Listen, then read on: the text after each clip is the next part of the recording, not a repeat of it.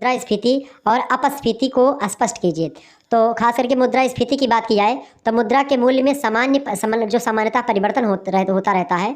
खास करके मुद्रा के मूल्य में हमेशा परिवर्तन होता है। तो इसमें खास करके जब हमेशा परिवर्तन होता है तो कभी हो सकता है मुद्रा का मूल्य बढ़ जाए और कभी होता है कि मुद्रा का मूल्य घट जाए, दोनों स्थितियों में। तो दोनों, एक है बढ़ना, एक है घटना, एक है स्फीति, एक है अपस्फीति।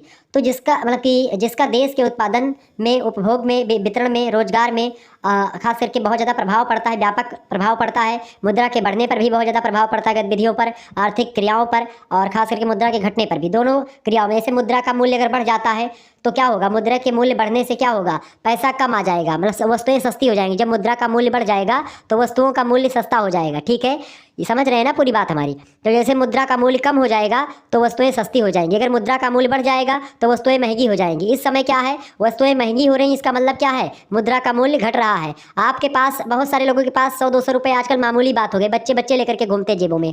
तो कहीं ना कहीं पे 100-200 रुपये का मूल्य आज वो नहीं रहा, लेकिन आज के 20 साल पहले आप जाएंगे, 30 साल पहले आप चले जाइए तो उसी 100 रुपये में बहुत कुछ आ जाता था। तो 100 रुपये का तो मूल्य आज के 1000 रुपये के बराबर था, मान करके चलो।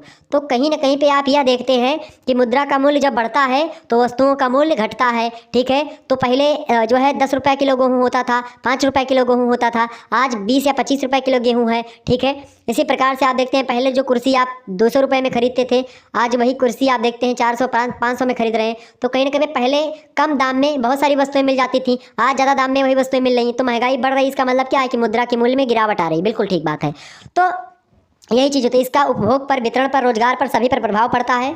मुद्रा मूल्य में परिवर्तन दोनों दशाओं में हो सकता है। जब सामान्यतः मूल्य स्तर में वृद्धि हो, अर्थात मुद्रा के मूल्य में कमी आती है, तो इसे मुद्रा प्रसार या मुद्रास्फीति कहते हैं। अगर मुद्रा के मूल्य में कमी आएगी तो मुद्रास्फीति होगी। अच्छा, जब मुद्रा के मूल्य में कमी आएगी तो मुद्रास्फीति, और मुद्रा के मूल्य में वृद्धि हुई तो मुद्रा अपस्फीति। अच्छा, मुद्रास्फीति जब होगी तो क्या होगा? मुद्रा के मूल्य में कमी होगी। अब जब मुद्रा के मूल्य में कमी होगी तो क्या होगा? मुद्रा सबके पास बहुत ज़्यादा मात्रा में हो जाएगी, मुद्रा प्रसार होगा, मुद्रा बहुत अधिक मात्रा में मार्केट में आ जाएगी। ठीक है, तरलता जो होगी वो अधिक मात्रा में, लिक्विडिटी मार्केट में आ जाएगी, लोगों के पास खूब पैसा होगा जब मुद्रास्फीति होगी। लेकिन वही विपरीत दिशा में जब मुद्रा अपस्फीति होगी तो लोगों के पास पैसा कम होगा, क्योंकि उसमें मुद्रा का मूल्य क्या हो जाएगा? मुद्रा का मूल्य बढ़ जाएगा। जब सामान्य मूल्य स्तर में कमी आने से मुद्रा के मूल्य में वृद्धि हो जाती है, उसे मुद्रा संकुचन या मुद्रा अपस्फीति कहते हैं। तो मुद्रा संकुचन का मतलब मुद्रा कम हो जाएगी, क्योंकि जब मुद्रा का मान महंगा हो जाएगा, मतलब उसका मूल्य, तो मुद्रा एक प्रकार से जब महंगी हो जाएगी तो कम होगी लोगों के पास। ठीक है, और मुद्रा जब सस्ती होगी तो लोगों के पास खूब ज़्यादा मुद्रा होगी।